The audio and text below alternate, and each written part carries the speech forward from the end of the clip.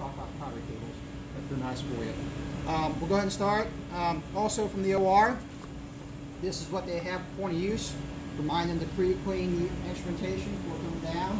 This is a reminder for them. Usually they have on the vision card or something like that for point of use for them. Okay. And we're more than happy to work with them as well to remind her on point of use and pre-clean. We will be getting CVUs as well. You guys will get CVUs. Just make sure everybody's on that roster. We'll get that out to you. 1 credit hour.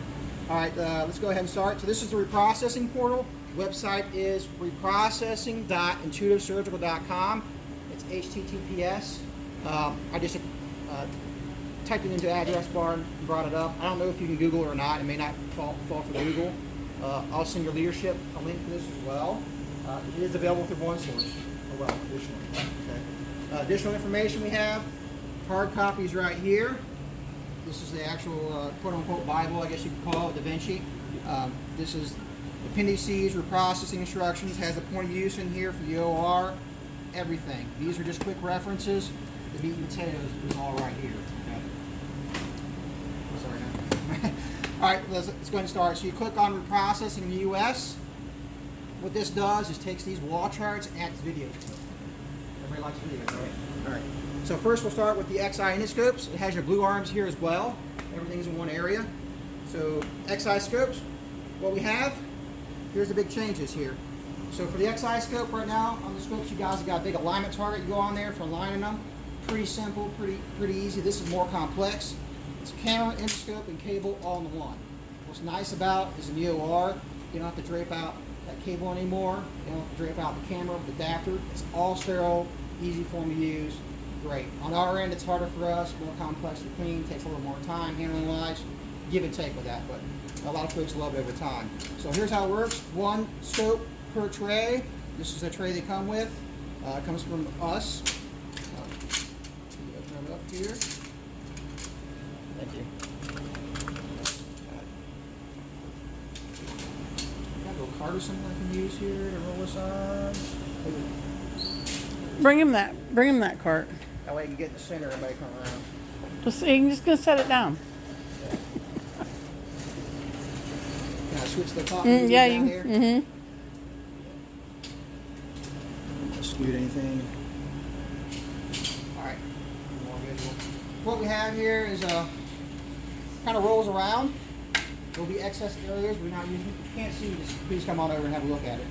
Okay, we have 0 and 30 degrees. All we have. Oh, that's even better.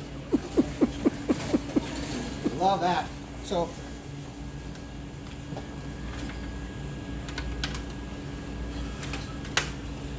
Where's the OR? All right. So here's what we have: 0 and 30 degree. All we have is the 8 millimeters. We don't have a 12 yet. This is all we have. Like I said, what's nice about it is no alignment target. It's factory aligned. Compared to the old scope and this scope, old scope has optics all the way up and down. This one has optics right here, and it has a chip inside here as well. How this works is actually when you plug into the vision cart, it warms up through the electronics. So this is actually digitally aligned and everything else. Really nice design to it. We refer to here. So first step when it comes in decon is inspection. You click on this inspection. Information here from the binders is what you're seeing there. Inspection wise, just like the scopes right now, you're looking for any kind of physical damage. That's about all you can really see. So just like the old scopes, if you move them back and forth, you hear shards of glass and someone's probably dropped it. You're looking for cuts on the cables, any kind of visual damage. The biggest thing also you guys want to look for every single time from the OR, and this is part of the OR handling talking about, you should come back in this tray. In a perfect world, it would be wrapped with the tape on top there. That's what we want to recommend. At minimum, you want to see this in the recessed area. The reason being, if we're stacking something on top there, it's in the case card, at least this is protected. Cheaper tray, much more expensive than the scope. I think pricing rise is somewhere around $20K, $9,000 against exchange, because it's a scope and camera all in one. Okay. So what I have seen from the OR, sometimes it causes damage. As you most would guess, something like this, we're sitting out, case card, impact right there, stacking something on there, that flexing that shaft, that physical impact. 90% of the issues we see are usually optical or handling issues with these scopes. Okay. So any questions about inspections initially? Right, No. we're rolling. Okay, see, step 2, it says clean connector cover at present. Connector cover used to be on these as part of an old design. sort of look like this, a beige color with a black connector. This is a white. You guys will never see that connector. So for step 2, you guys will never have to do it because of this is present. You'll never have one. Okay? The reason they had a connector before, the old design, didn't have a waterproof seal inside here. Enzymatic, if water got in there, it would destroy it. This design has a waterproof seal. Okay? So if you ask as far as the cleaning process, this does go in the water. We'll see you later on. Okay. Step 3, prepare enzymatic solution. I think, are we using bedding products or Holistica here? Yes. Okay. So your usual dilution rates in the sinks, as they recommend. I think you got the button you push.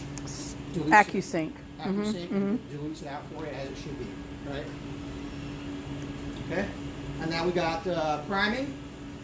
So priming, does anybody know the difference between flushing and priming when I'm talking about that? So priming is using a syringe. You're priming enzymatic in the limit channels. So for the first time, your scopes actually have areas we got to flush out. So the way the scope works, sealed camera, sealed housing, we have 6 areas we're going to prime and flush. So where these buttons are, this assembly right here will flip open. It rotates around. Here you'll have 3 buttons. Okay? Keep on rotating, you'll see the part number and serial number of the scope if they had to return it over here. Okay? Additionally to that, so we're going to prime with a syringe, enzymatic, 15 milliliters, all 3 of these. You're also going to prime these 2 metal discs where the holes are. And additionally, this bottom base flush port. It's going to be the same area that's referenced on here for flushing later on, these 6. Okay? So the way I look at it in my mind, I like to memorize 3 buttons, then a smiley face. Okay? Now, does anybody want a hands-on to kind of open this up? So open it up, we just simply flick it open, and you push it shut. It does flex. I've never seen one break. I'm an engineer, so I always say anything is possible, but you've had them for refuse, never seen it. Y'all want hands-on? Okay. Handling-wise, always handle it here, never by the shaft or tip. You want to avoid that flexing and physical impact. Especially important in decon. Anything y'all can do with this scope in decon for covering that tip up while you're flushing it out to avoid that impact is a good thing. Anybody else? No? Don't be shy. Yours. Just lazy. It's expensive. That's We all want to roll forward, right?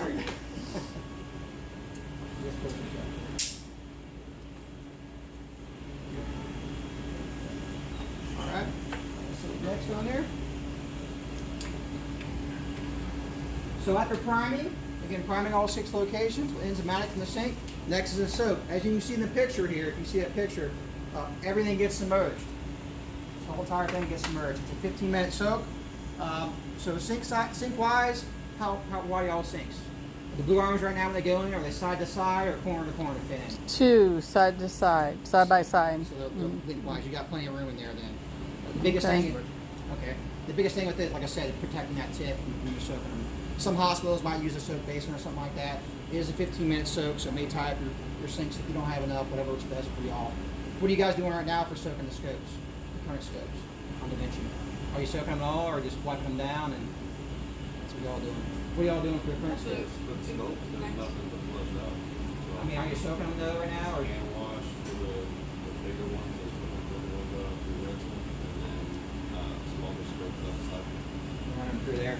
Just like the other Davinci scopes, it's a 15-minute soak. So on the current Davinci scopes you have right now, they should be submerged and soaked for 15 minutes.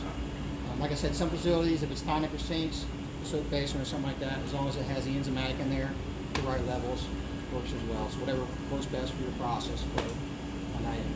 Okay. So everything in there is fully submergible? Yes, the entire thing is submergible. And I'll talk about the tray a little bit after this as far as the cleaning process and the tray. The tray can be submerged as well. The actual tray itself can be hand washed or it can be refill washed. So, not this hand wash and stuff, obviously. All right, so that's your soaking. Next is rinsing.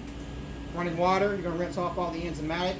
Make sure y'all rinse out here as well, so no enzymatic residues left here. Okay, after the rinse, what we got next?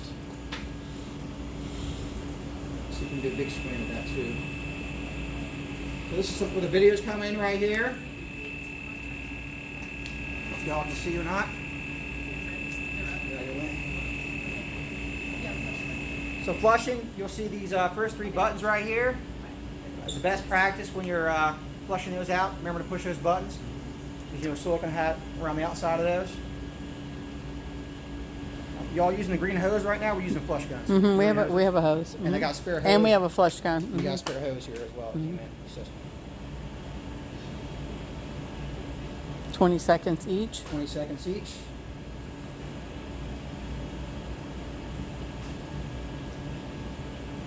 Me personally, what I try to do is on our clean water, submerge this. If you're using the green hose, that way, as you know, you lift up, it just sprays everywhere. Right. Yeah. I think they've got a foot switch on this. We're controlling that one.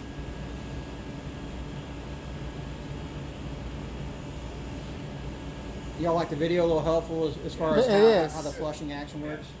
This is good for any personnel we miss as well. They can roll through these and have a look at it. There is no audio on this, by the way, if you're ever looking at it. Okay. It's just a visual look to it more than anything else. And that's the main area. Okay, that's our flushing. And next.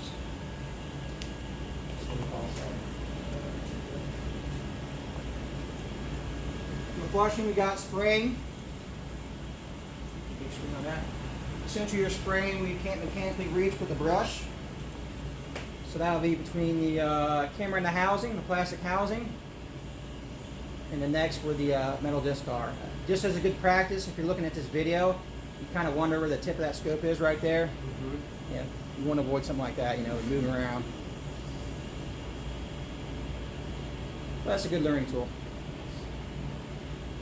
Kevin, Next. question: is that a steel brush that they're using on there? This right here. Oh no, that's the tip. Oh, that's the tip. Oh, that's the Tip tip. hose, correct, yeah. A lot of times after a while you'll find the tips pop out. If you guys see that, you can always order another one of those from us. You're flushing out the base area between these gears and stuff like that around the middle. You'll see that where your brush can't mechanically get in there. Okay. Next we got the brushing. Soft nylon brush, just like on the arms, you're going to brush all your surface areas. Let's go around. There you go. See if we can make a big screen. And the brush is not the tip. Yeah, the only thing we don't brush is the tip itself. Obviously, handling wise, looking at that, you're flexing the shaft. Not a good handling practice. One thing I do want to point out as well. I was going to say, can you just use a sponge instead of a brush? IFUs, we have the sponge. A lot of folks prefer to use the sponges. Whatever, again. Because it goes around and it's Yeah, good. it goes around. A lot of folks do choose to use the sponges. One thing I would say, obviously, if you're talking about the Ruoff sponges, you usually got the red one and I think the white one. The red, I think, has got the enzymatic with it. Ours is green. Is it green have enzymatic We free like or green enzymatic here. with it? It has a little bit of enzymatic, not much to write home about. I mean, that's where you mix enzymatic sometimes. Right. It's the best practice. So, like I said, some facilities do choose to use that.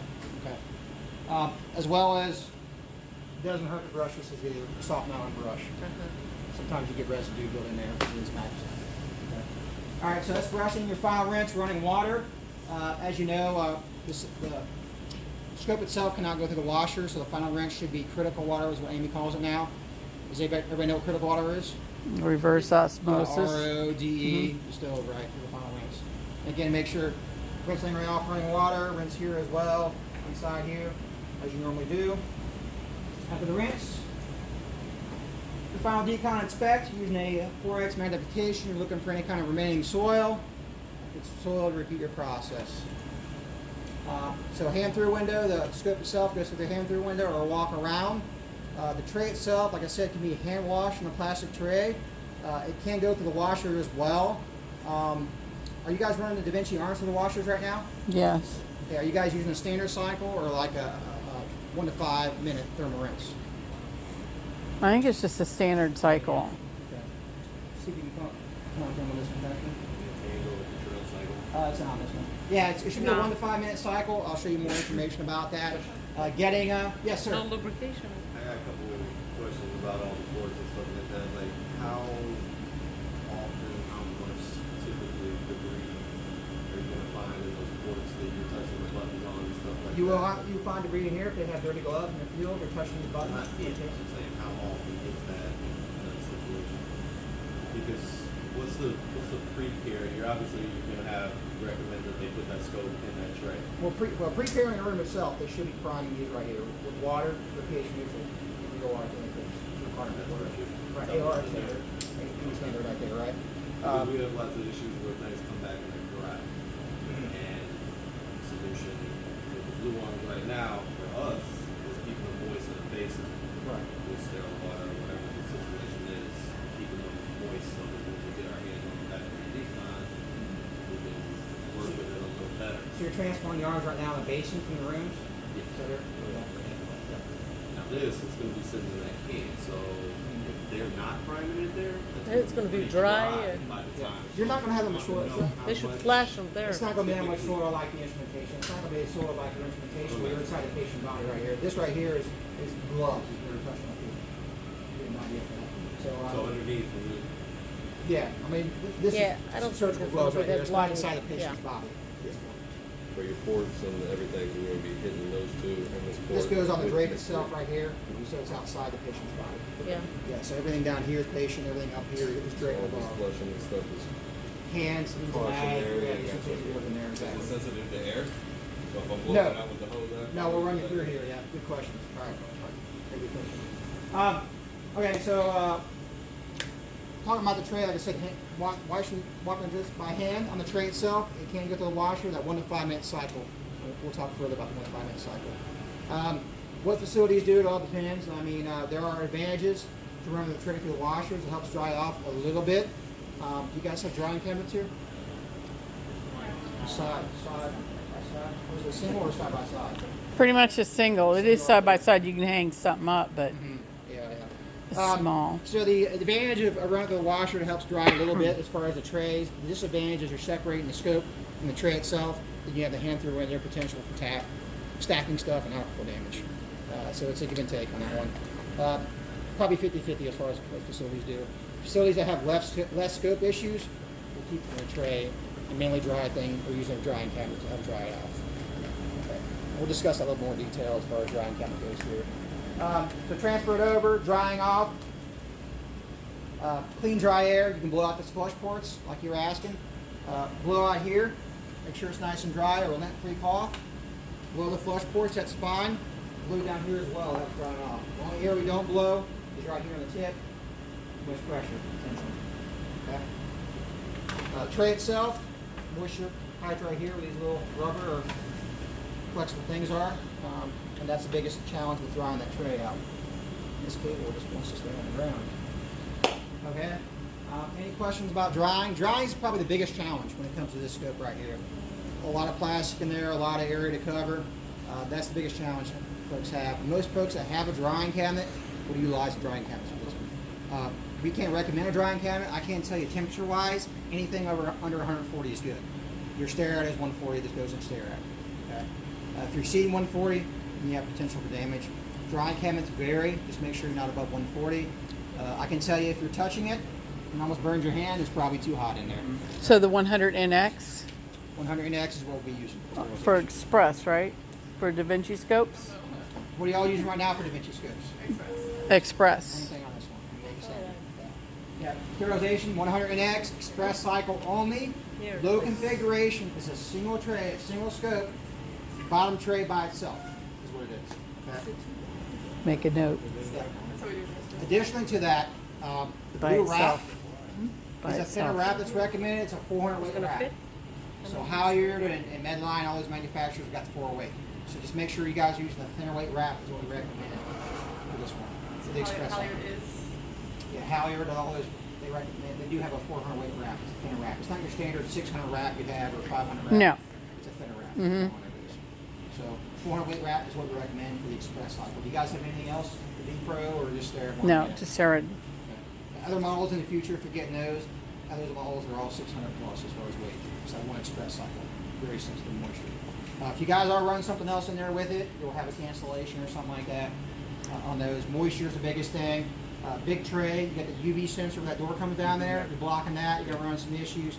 Pushing it too far back as well or on the side. Those are the big issues you run with express cycles. Is yours an older one or a newer one? Is it black looking or is it gray looking?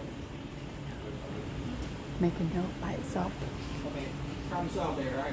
So it's the older one. So on these right here, sometimes first thing in the morning, if you're storing these in a cold area, that's enough to cancel that cycle. So put it in there, first run in the morning, let them warm up for a little bit, then run it. That might help out reduce your issues. Okay. 100S. Are we using 100S anymore, or is it going away? It's going away. Okay, so now you know about that then. Any other questions about the scopes, concerns? Like I said, this is the biggest change. So how many flush ports? 6. Y'all got it. Yep, yep. 0 and 30 degree, that's all we have. All right, Is that it? that's it. Let's go on to the instrumentation.